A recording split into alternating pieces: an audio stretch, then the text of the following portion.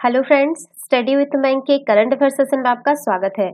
ये current affair SSC, banking, railway, state PCS, CDS, CAPF, NDA और other competitive exam आदि में सहायक होंगे।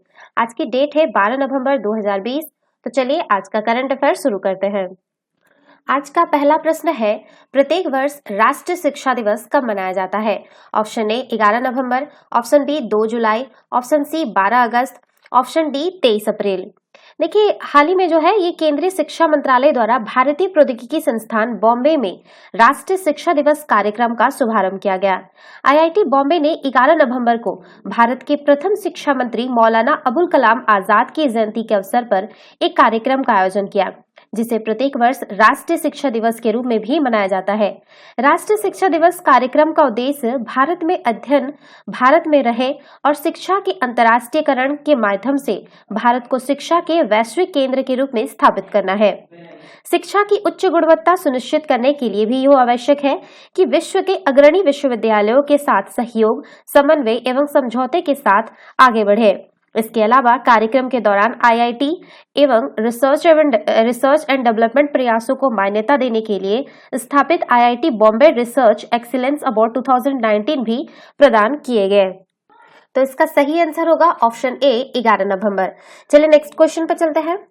हाल ही में जारी किए गए एडलिव हुडन इंडिया फिलेनोथ्रेपी लिस्ट 2020 के 7वें संस्करण के अनुसार भारत में दान देने के मामले में सबसे शीर्ष स्थान किसे प्राप्त हुआ है? Option A Azim Premji, option B Shiv Nadar, option C Mukesh Ambani, option D Mangalam Birla.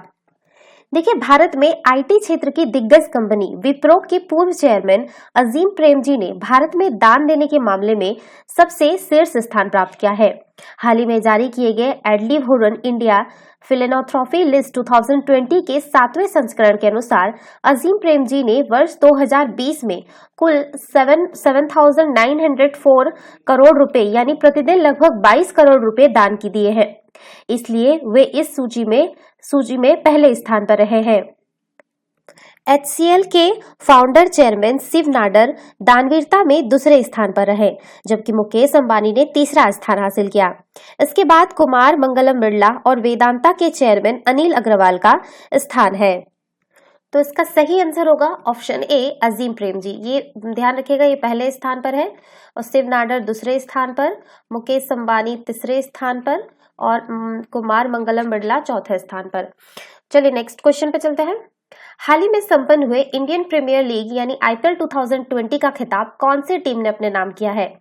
Option A Mumbai Indians, option B Delhi Capitals, option C Royal Challengers Bangalore, option D Sunrisers Hyderabad.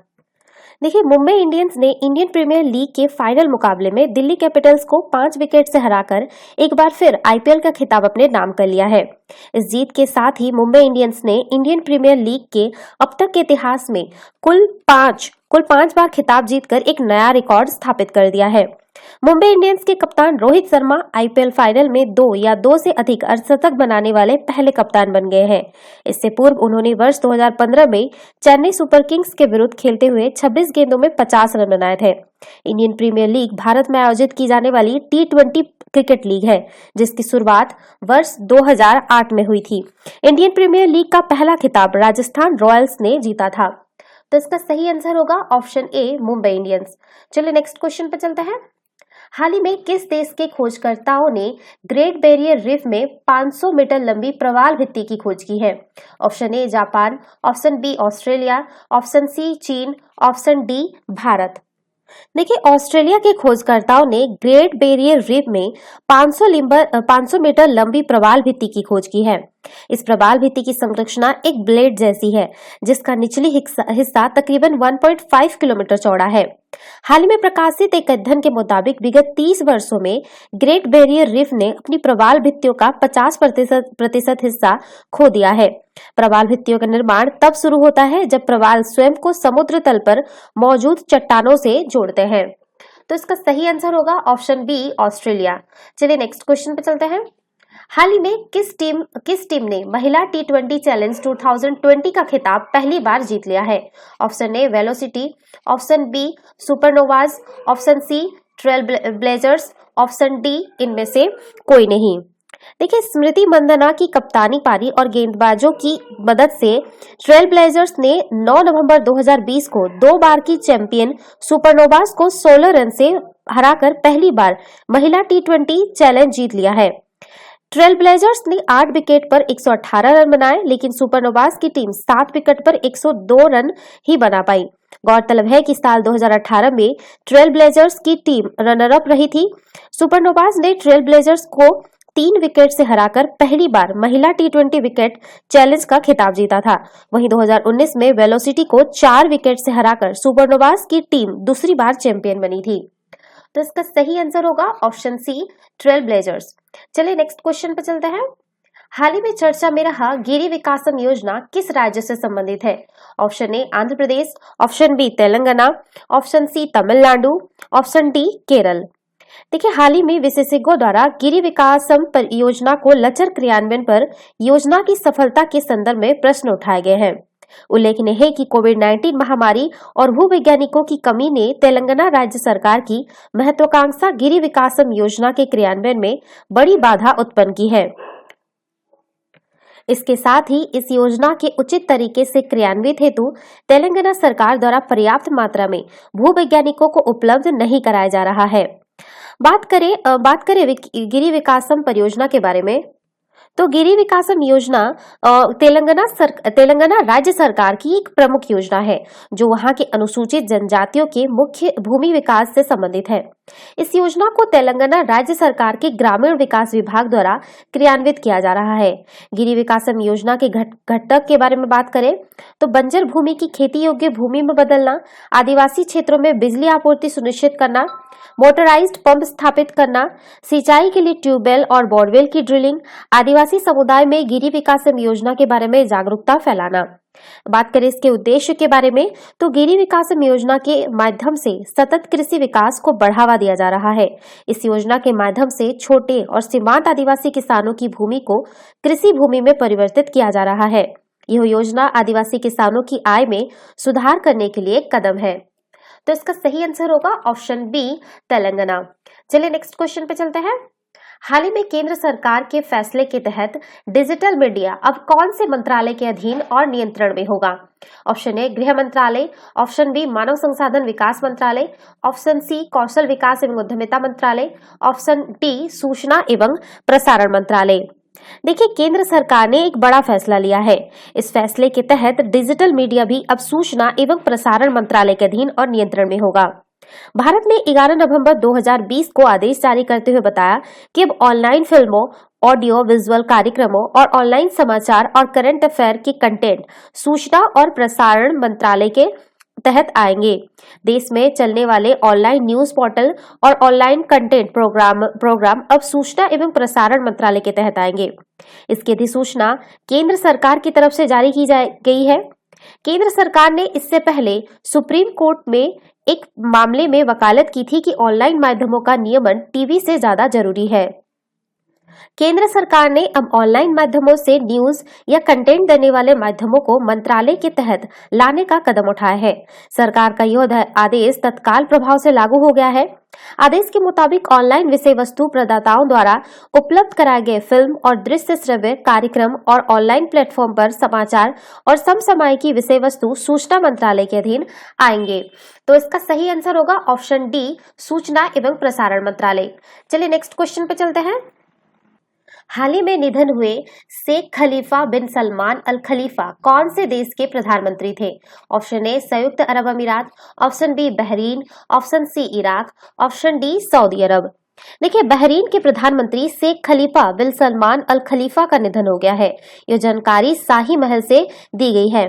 Bahrain के प्रधानमंत्री खलीफा बिन सलमान अल खलीफा का 11 नवंबर 2020 को निधन हो गया है। वो 84 वर्ष के थे।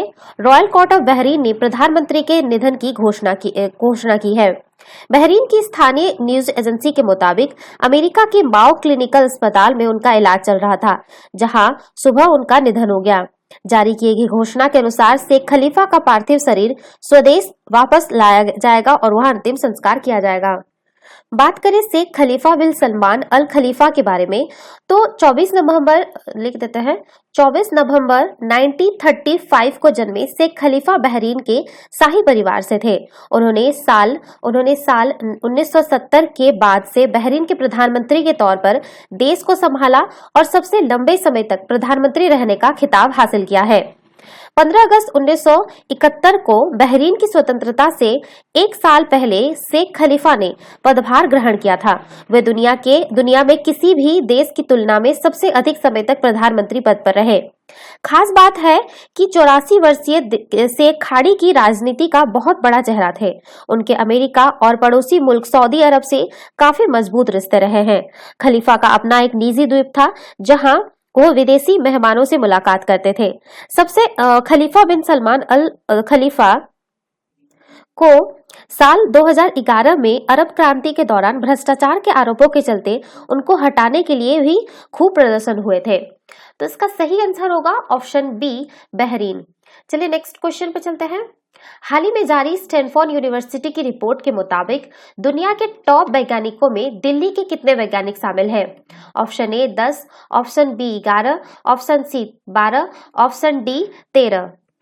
देखिए, दिल्ली प्रौद्योगिकी विश्वविद्यालय, Netaji Subhash university of technology, Indraprastha institute of information technology और Delhi pharmaceutical science and research university के 11 वैज्ञानिकों ने दुनिया के टॉप 2% वैज्ञानिकों में अपनी जगह बनाई है। यह खुलासा पिछले दिनों स्टैनफोर्ड यूनिवर्सिटी की रिपोर्ट में हुआ है। इसमें दिल्ली सरकार के अधीनस्थ 4 विश्वविद्यालय के वैज्ञानिकों का नाम भी शामिल है।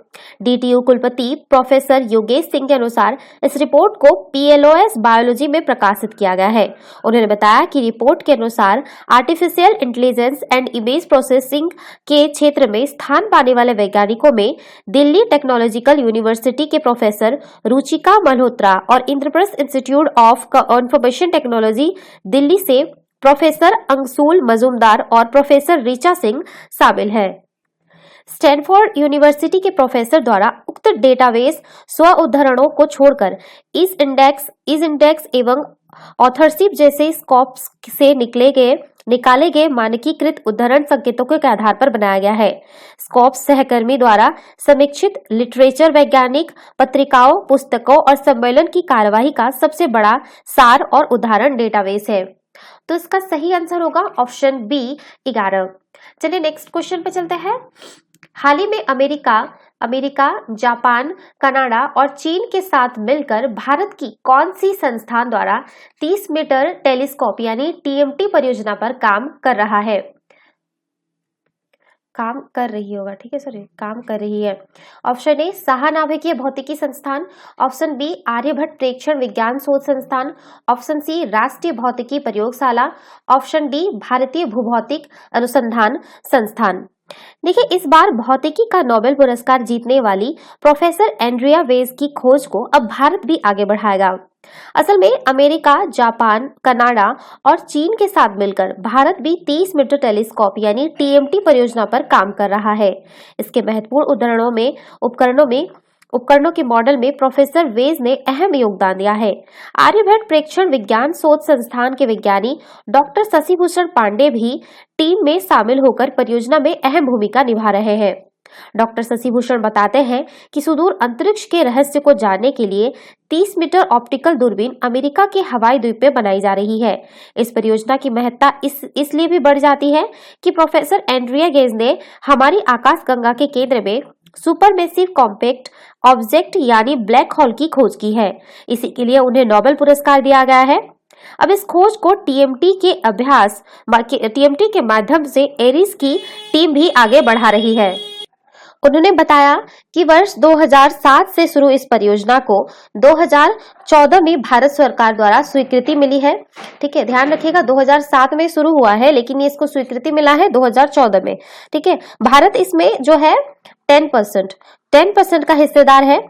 टीएमटी के उपयोग में लाए जाने वाले उपकरणों की डिजाइन टीम की प्रोफेसर एंड्रिया 2014-16 में हिस्सा रही थी। डॉक्टर शशिभूषण पांडे ने बताया कि उनकी ओर से किया जा रहा सिगमेंट सपोर्ट असेंबली का कार्य पूर्ण हो गया है। मिरर प्लासिंग कार्य प्रगति पर है। अपने जिम्मे का कार्य एरिस बखूबी निभा रहा है। तो इसका सही आंसर होगा ऑप्शन बी, आर्यभट्ट प्रेक्षण विज्ञान शोध संस्थान। तो ये थे आज के करंट अफेयर। वीडियो पसंद आए तो लाइक, शेयर और कमेंट करना ना भूलें। साथ ही साथ चैनल को सब्सक्राइब करना ना भूलें। Thanks for watching. Have a nice day. Take care.